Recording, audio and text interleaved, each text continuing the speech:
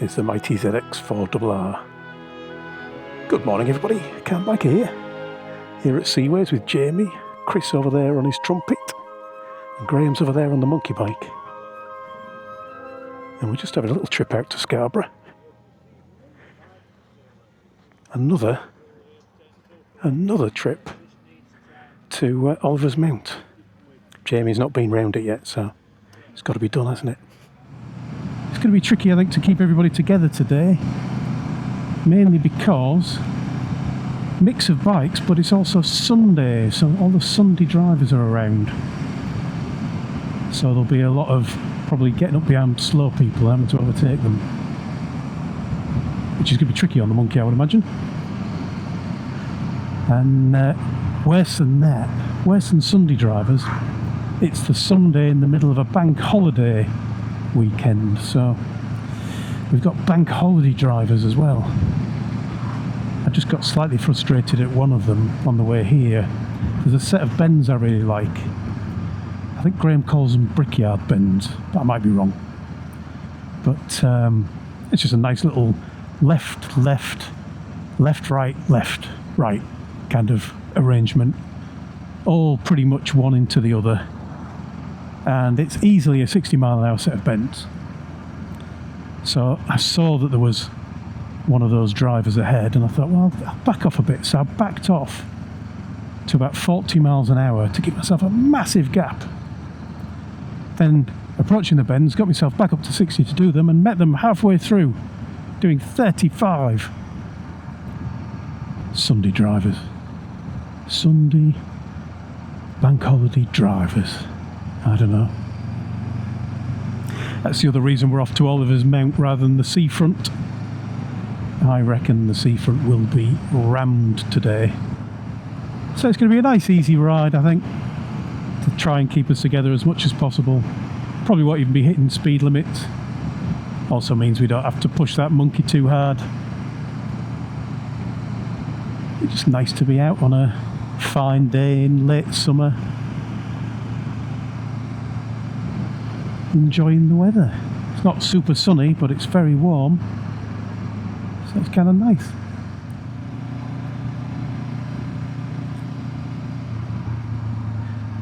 My problem is I want to blast up these bends, but I'm just going to catch a lot of cars.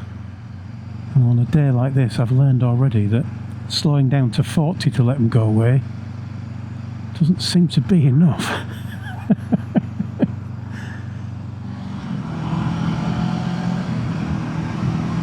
Just have a little bit of fun. You gotta have a little bit of fun, haven't you?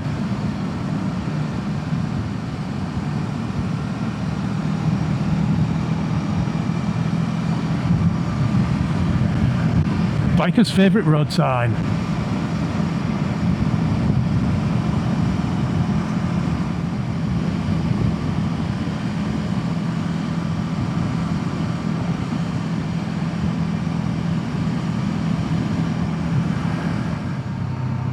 Then you catch them.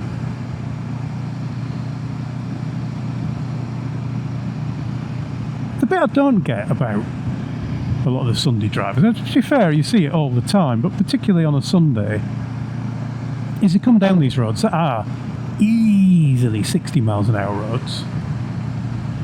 You can probably tell I'm not even trying when I'm doing 60 mile an hour up these bends. And then you catch them up, and look, my speedos say, I'm trying to gap him now, so my speedos say, what, 41, 42 that he's doing? Maybe 43, 44. My speedo's out by a bit though, so he's probably doing about 40. I think he's just realised his mistake and accelerated away a bit. But you end up doing 40 miles an hour behind them, so they're going that much slower than they need to. I suspect this one in front of me actually was slowed up by the one in front of him. But then they can't even stay in the lane. There he goes, he's just crept out of his lane again then. Is this just poor training nowadays? Is it distractions? On the way up here I did get a car coming towards me half in my lane, and when he looked up from his phone he suddenly corrected. But yeah, is it poor training? Is it distractions? Is it that the cars are too big and People don't know how big the cars are and they can't fit them in the lanes anymore. Is it just laziness? It does feel like driving is like the third most important thing on the list of things to do. It's Sledmere, there's the first of the monuments. There's the wagoners. I keep threatening to come and see those and bring a camera and that, and maybe a drone for the tall ones, and I keep forgetting. My 2 weeks holiday starts tomorrow, so I'm hoping to come out and visit a few places. Maybe this will be one of them. Although to be fair, this one's so close to my home that I can kind of do it in an evening between when I finish work and have my tea.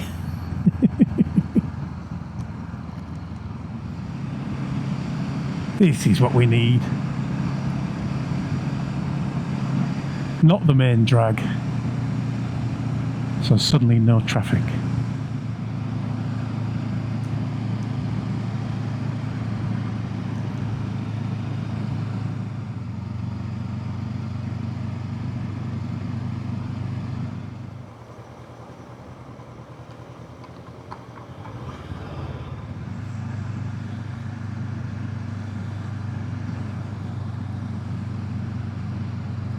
All got little bridges to their houses, but the little stream is dry.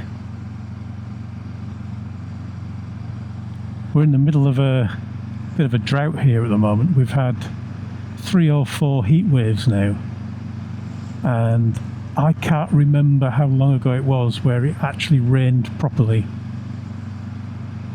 We've had little bits of spitting, the tiny amount of drizzle for 5 minutes, and that's all.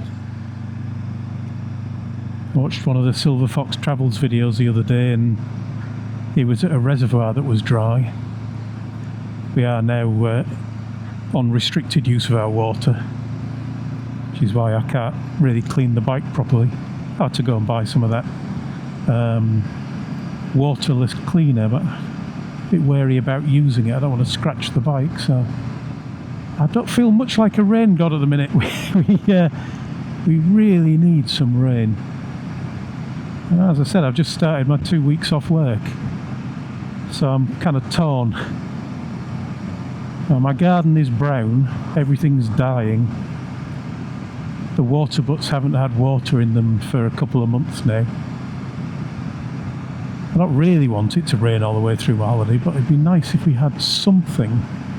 The weird thing is, I'm seeing little spots of water around here. So I wonder if they've actually had a little bit of rain around here. It does seem it's becoming the norm that we either have constant downpours, monsoon type weather for weeks without a break, and everything floods. And then a drought. And then a flood again.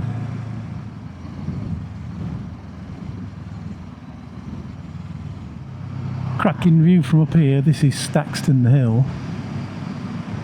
It's well, as you can see, it's a 1 in 6.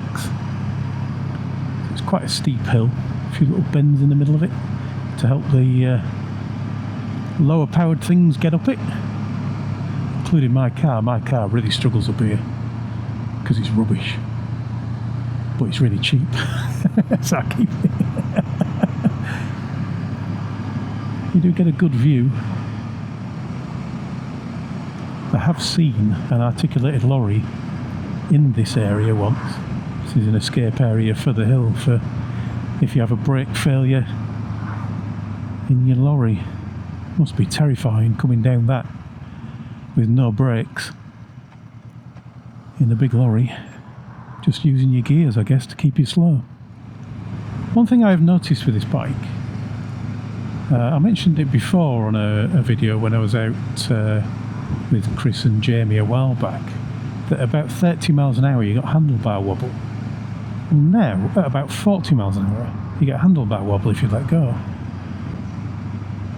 which is interesting because something's changed, and I'm wondering what that could be. One thing that has happened recently is I did the coolant and I had to take the engine bars off to do the coolant.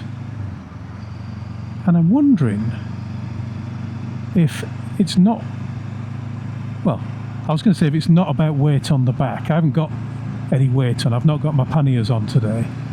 I've got the top box on because I'm on call, so I've got my computer with me. But there's not a lot of weight at the back. And it was weight that I thought was going to be the problem. But I'm wondering now if it's actually something to do with the engine bars, and if taking them off and remounting them has made it worse. I wonder if the engine bars are adding rigidity where it isn't wanted. Well, it's not a problem. It's not, you know, really pushing or anything.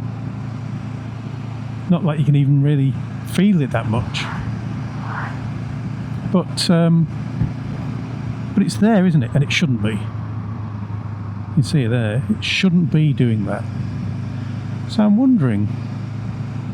I think I'm going to try taking the engine bars off, or the crash bar things, these silver things. I think we're going to try taking them off and riding without them and see if that helps.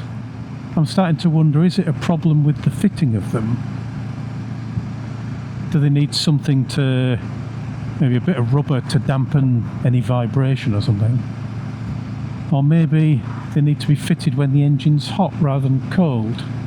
When I went to London the other week to see Hippodrones and Bistro's Adventure and all the others, Bob's Biking Adventures, Big Pezza, New Biker, well, Ivan Biker, but he's stopped doing videos now. I was trying to do the selfies that I put in that video, and my hands were shaking, and Big Pezza says it looks like you've got a potassium deficiency. I don't know if that's true or not, but I put it down to vibration on the bike for being on the bike, you know, for 6 hours. And I was the same when I got home. And the following day, when I'd not been riding for 11 or 12 hours on this bike, I kind of thought, well, let's have a look at this, see if my hands still are shaking. And they were absolutely fine. And I hadn't gone and eaten a bunch of bananas or anything. There's Oliver's Mount from the outside. Just a tree-lined hill. It's not very long since I did a video about Oliver's Mount, so I won't be doing another one today. Today it's just a place for a cup of coffee.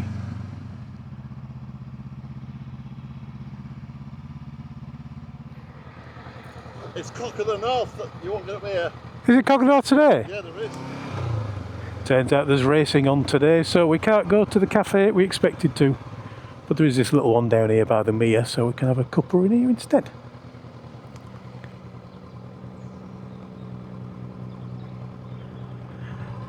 So I shall wrap this one up. Say thanks for watching, everyone. Ride safe. And I'll talk to you all again soon. Chocoholics, eh?